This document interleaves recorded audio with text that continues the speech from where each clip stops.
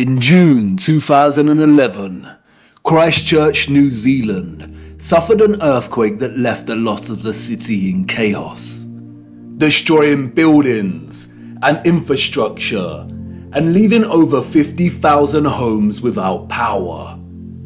As a result, there were collapsed houses, ruptured water mains, flooding, and fires due to disrupted electrical lines.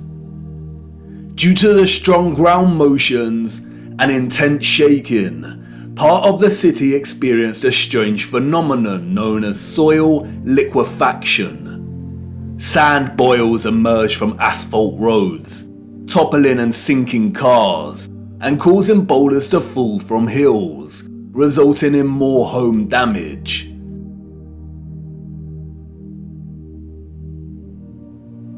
Soil liquefaction occurs when saturated soil loses its strength and stiffness in response to an applied stress, such as shaking or other sudden changes, such as a strong explosion. Loose, saturated soil or sand has a tendency to compress when a load is applied, but in the event of a stress, such as shaking or an explosion, we see the opposite. The soil tends to dilute, and the result is treacherous quicksand or quick clay.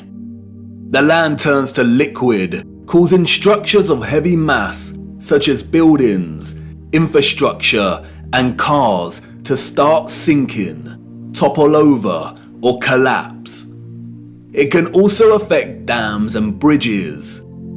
Turbidity currents can also form huge landslides that are impossible to stop. In the worst case scenario, entire cities may be destroyed. As you can see, liquefaction can move entire areas of land. The mud can rise dramatically and rapidly, and its destructive force is unstoppable. It is a well-documented phenomenon.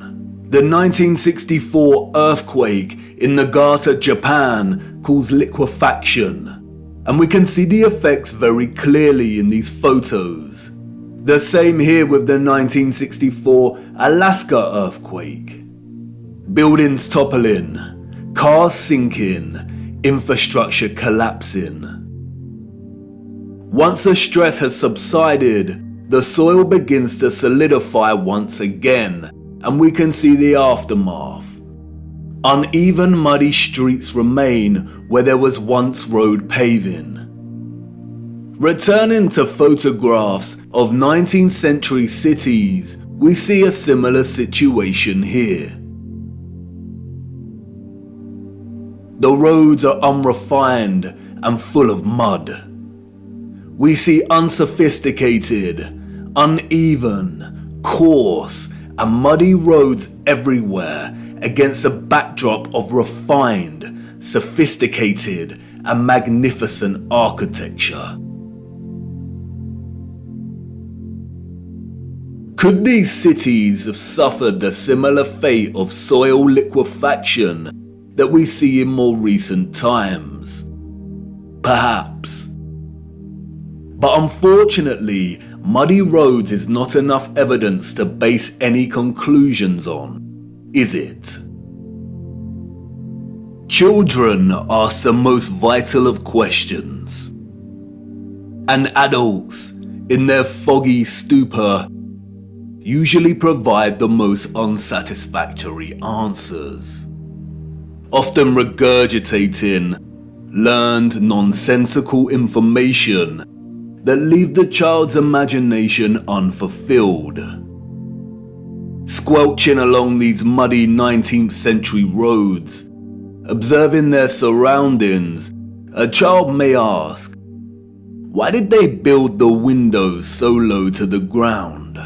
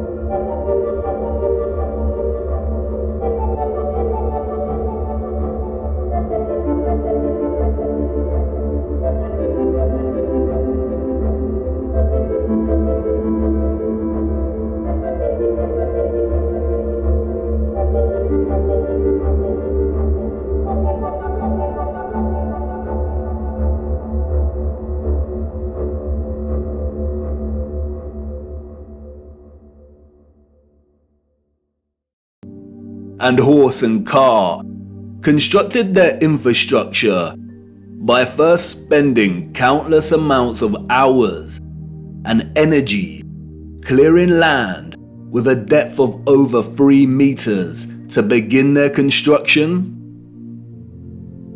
Building basement floors is incredibly hard work. Since the 20th century, large powered excavation machines, such as backhoes and front-end loaders, have reduced the time and manpower needed to dig a basement dramatically as compared to digging by hand with a spade. Perhaps you could say that our historical ancestors were just that dedicated to the architecture they built. And you could say that many of the sunken buildings we see are actually due to elevations and depressions in the natural landscape.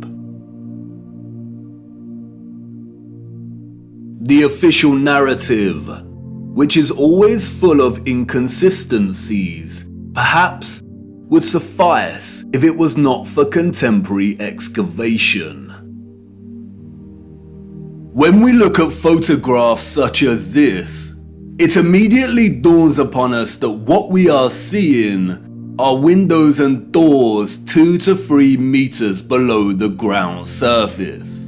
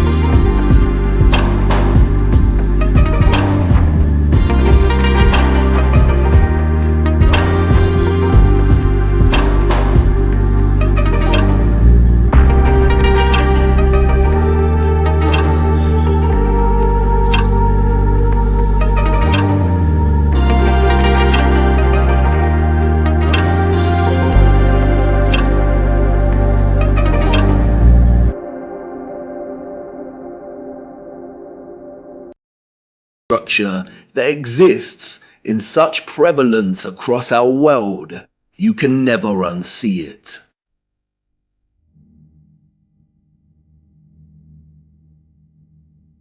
We see that the foundations of old churches are actually the original first floors with consistent entrances and windows.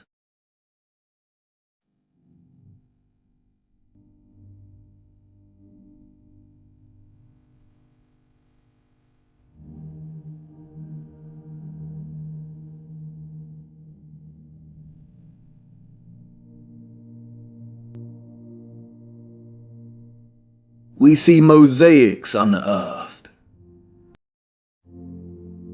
We see pillars columns and arches that were originally much larger, and it was the layer of soil that reduced their size, as if they weren't big enough to begin with.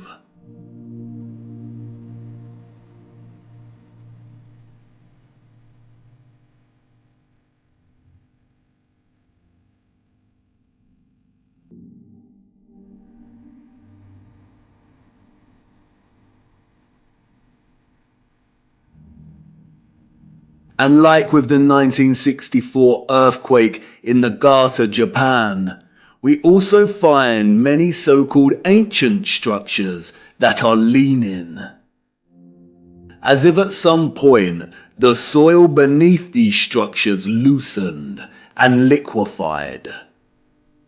We have the Sahersen Church Tower and Our Dear Lady at the Mountain Church Tower in Germany, the Tiger Hill Pagoda in China, the Leaning Tower of Neveyansk in Russia, the Leaning Temple of Huma in India, Oud in the Netherlands, the Tower of Zaragoza in Spain, and, of course, the Tower of Pisa. The official liars of the world try to justify the buried and tilting structures we see, filling our heads with stories of antiquity and ever-changing geology. But it becomes trickier for them when we turn our attention to America. If we are to believe their narrative, then all of the buildings we see in 19th century photographs of the burgeoning American cities are newly constructed. Why do we see famous structures, such as the Washington Capitol building, with consistent infrastructure that buries very deep into the ground? And again, the inconsistencies do not add up. Why would an underdeveloped people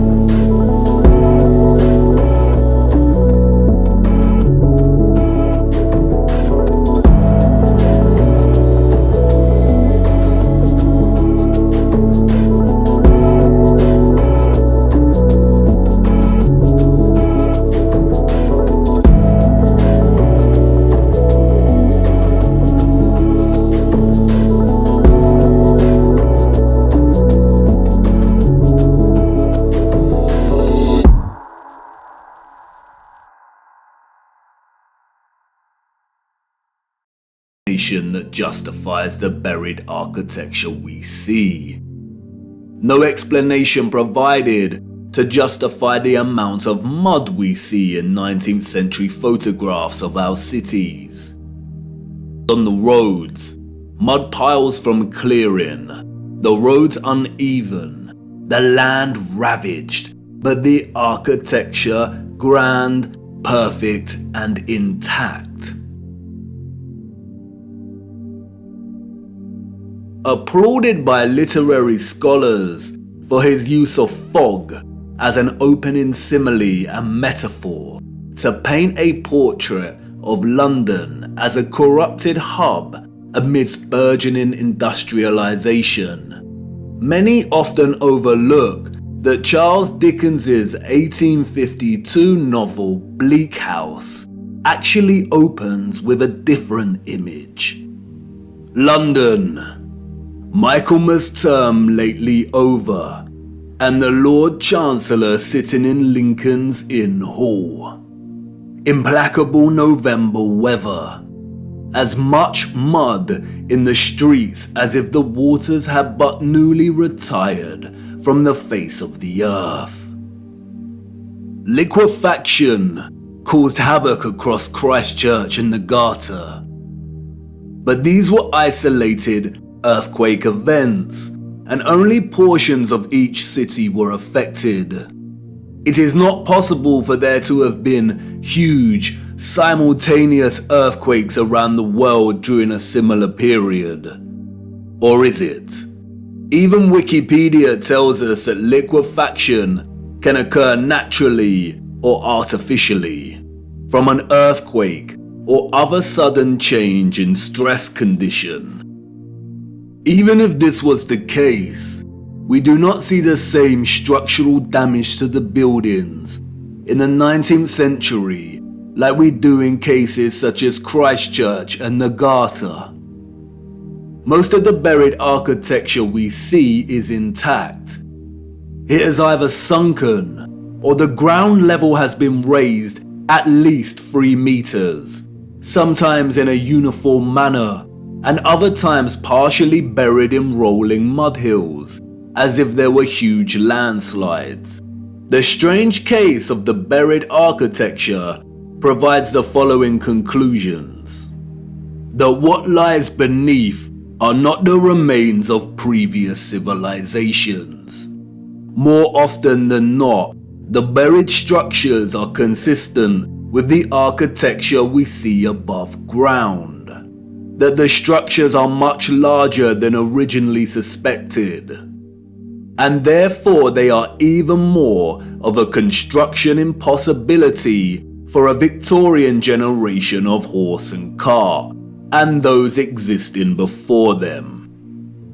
That natural topsoil accumulation and soil liquefaction are not satisfactory explanations for what we see here.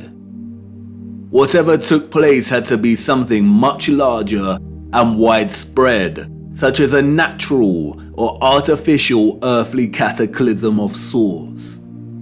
As many of the photographs show, many citizens of the 1800s were responsible for moving much of the mud, leveling the ground, and excavating buildings, which suggests that whatever happened had happened very recently in their past.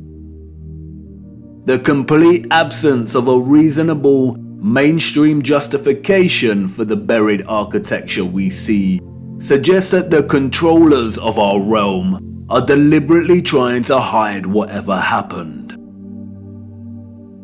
And what of the deserted cities we see in the earlier photographs? If these cities were truly empty, then we must ask why. We must also ask how all the people got there in the end. In the space of 30 or so years, we see a city go from barren to bustling. Interestingly, it is Charles Dickens and 19th century literature more generally that offers some clues. 2 central themes run throughout 19th century Victorian literature: that of marriage and female chastity, and that of orphans and adoption. Many of the fictional characters we've come to love over the years are orphans. We have Oliver Twist and Pip from Great Expectations. We have little orphan Jane Eyre and Heathcliff from Wuthering Heights. We have Mowgli from The Jungle Book, Cosette from Les Miserables. We have Heidi, Rapunzel, Peter Pan, Snow White. We have Tom Sawyer and Huckleberry Finn and Anne of Green Gables. And these books were of their time, as far as orphan prevalence goes. The only issue is that these novels romanticize the orphan as a figure dislocated from society by default, and therefore pave their life's path as one of unforeseen opportunity. This was not reality. The theme of marriage and chastity that we find in so many 19th century literary works, such as those by Jane Austen, the Brontes, George Eliot, Dickens, Thomas Hardy, Leo Tolstoy, Victor Hugo and more, was nothing more than carefully disguised, well-written propaganda, with the sole purpose to solidify and justify a social value framework that would separate children from their mothers. Children born outside of marriage or wedlock were regarded as illegitimate, meaning they did not have a legal status. Illegitimate children was a serious stigma throughout the 19th century. The majority of employers would not hire women with an illegitimate child. Many unwed mothers with illegitimate children ended up without a home, in poor health, starving, exhausted. Their only place of refuge would be the workhouse, where they would carry out the most unpleasant duties. In some places, women with illegitimate children were singled out and had to wear a special uniform, which alerted everyone to their status as an unmarried mother or fallen woman. As a result, a vast amount of orphanages and foundling institutions were established. This is the London Foundling Hospital that was very active in the 19th century. Look at the size of it. Charles Dickens was obsessed with this place. Inspiration, they say. The official narrative tells us that an estimated 4,500 women handed over their children to this huge building. But this was just one institution. Wikipedia gives us a partial list of over 64 orphanages that were founded in the UK during the 19th century. The list is only partial. The peculiar case of the vast amount of parentless children in the 19th century is well documented by many researchers. And most of them agree it is almost impossible to establish figures that really do justice to just how many orphans there were during this period. Their footprint did not enter the record books. It formed in the mud and was then washed away. It wasn't just the UK. This was a worldwide phenomenon. New York City had 4 foundling asylums alone that processed thousands of children annually. By the beginning of the 20th century, Italy was reporting 32,000 children per year. Spain and Portugal were reporting 15,000 annual foundlings. Before 1860, 374,000 recorded infants were processed by the asylums in Milan, Naples, and Florence alone. Historian David L. Ransell states that Moscow was receiving between 16 and 18,000 infants annually by the 1880s, and sending over 10,000 of these each year to outlying villages for care. In 1882, There were all told 41,720 foundlings from the Moscow home, living with 32,000 foster families, scattered throughout 4,418 villages. A dozen villages had over 90 fosterings each. One thing that is often overlooked is that there were a series of laws passed in the 1800s, making it almost impossible for unwed mothers to keep their babies. The 1833 Poor Law Reformation introduced bastardy clauses that shifted the entire responsibility for the illegitimate child onto the mother. Social stigma meant that she would not be able to provide care for her child and would be forced to hand them over to the authorities, or worse. Advertisements for adoption or nurse care became popular in newspapers. And, as many scholars have pointed out, these were a front for what was termed baby farmers, or paid murder. As Dorothy L. Haller states, the adverts may have been misleading to the general public, but read like a coded message to unwed mothers. No references are asked for, and none are offered. The sum of 15 shillings a week to keep an infant or a sickly child was inadequate, and a sickly child and an infant under 2 months were the least likely to survive and the cheapest to bury. Infants were taken, no questions asked, and it was understood that for £12 no questions were expected to be asked. The transaction between the mother and the baby farmer usually took place in a public place, on public transportation, or through a second party. No personal information was exchanged. The money was paid, and the transaction was complete. The mother knew she would never see her infant alive again.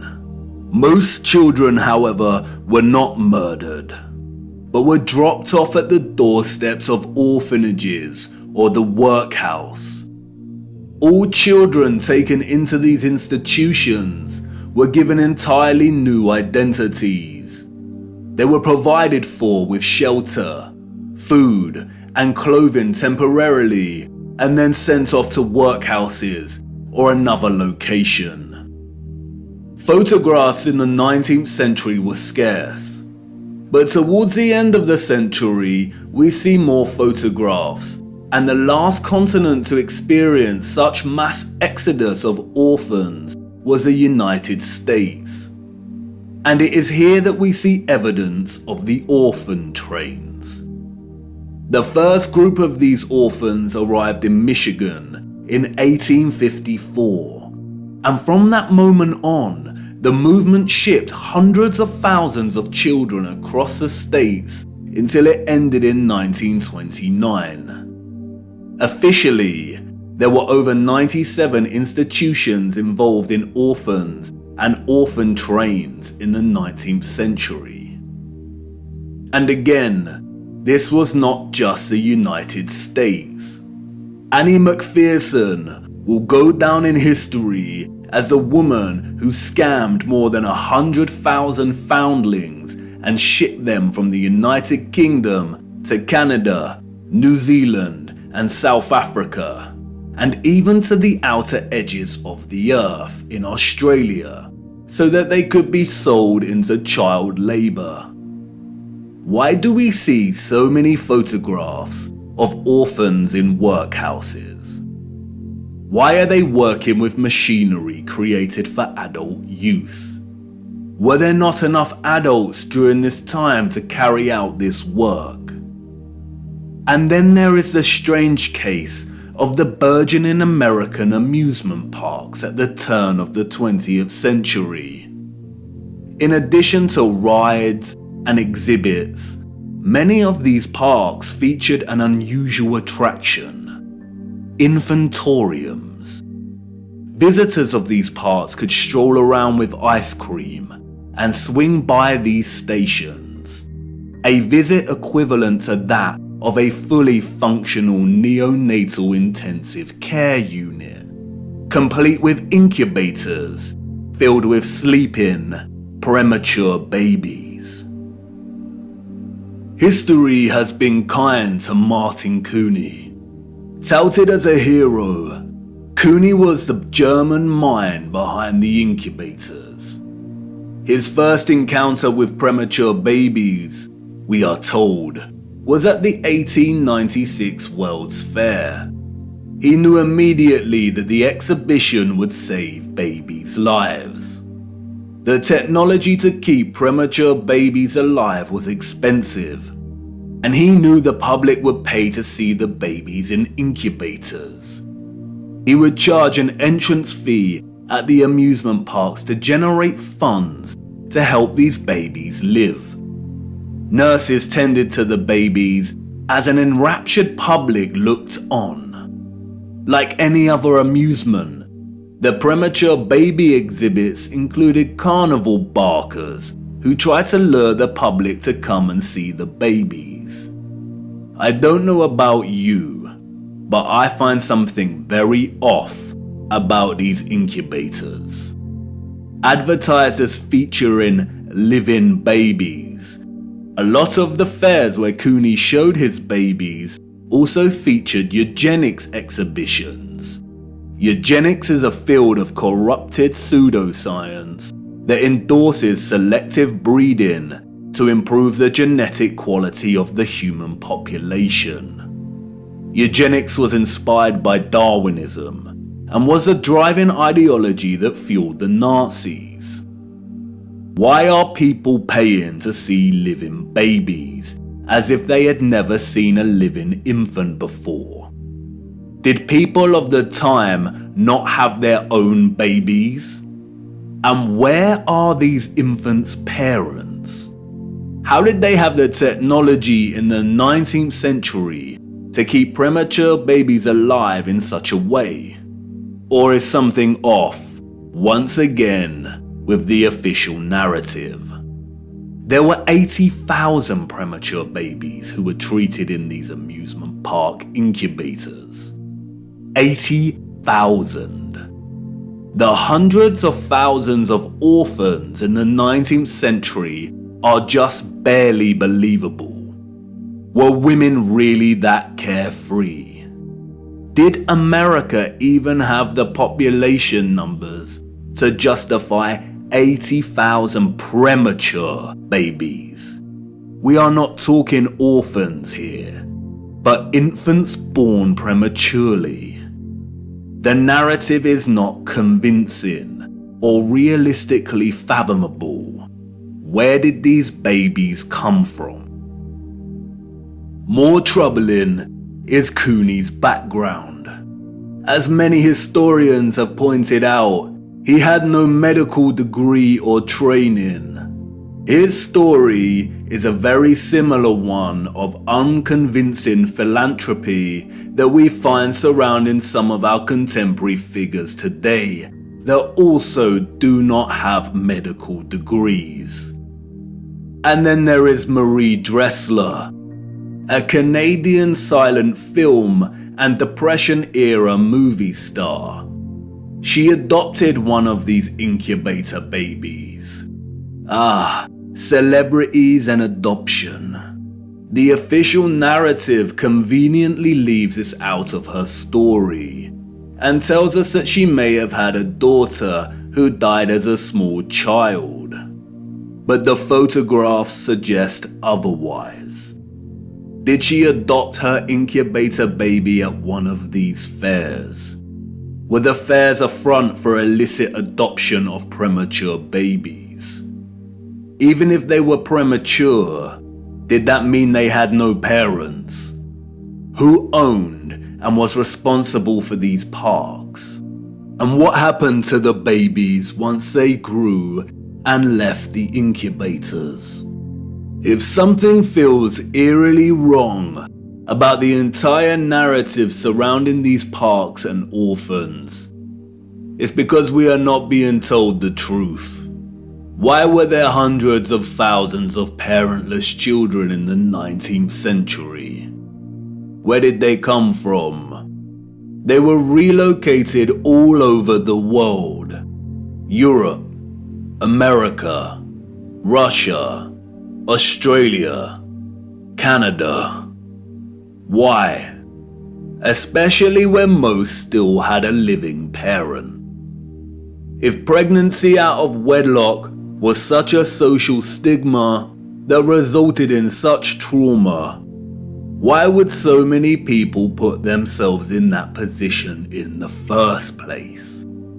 Did the government really care about social morality enough to pass laws?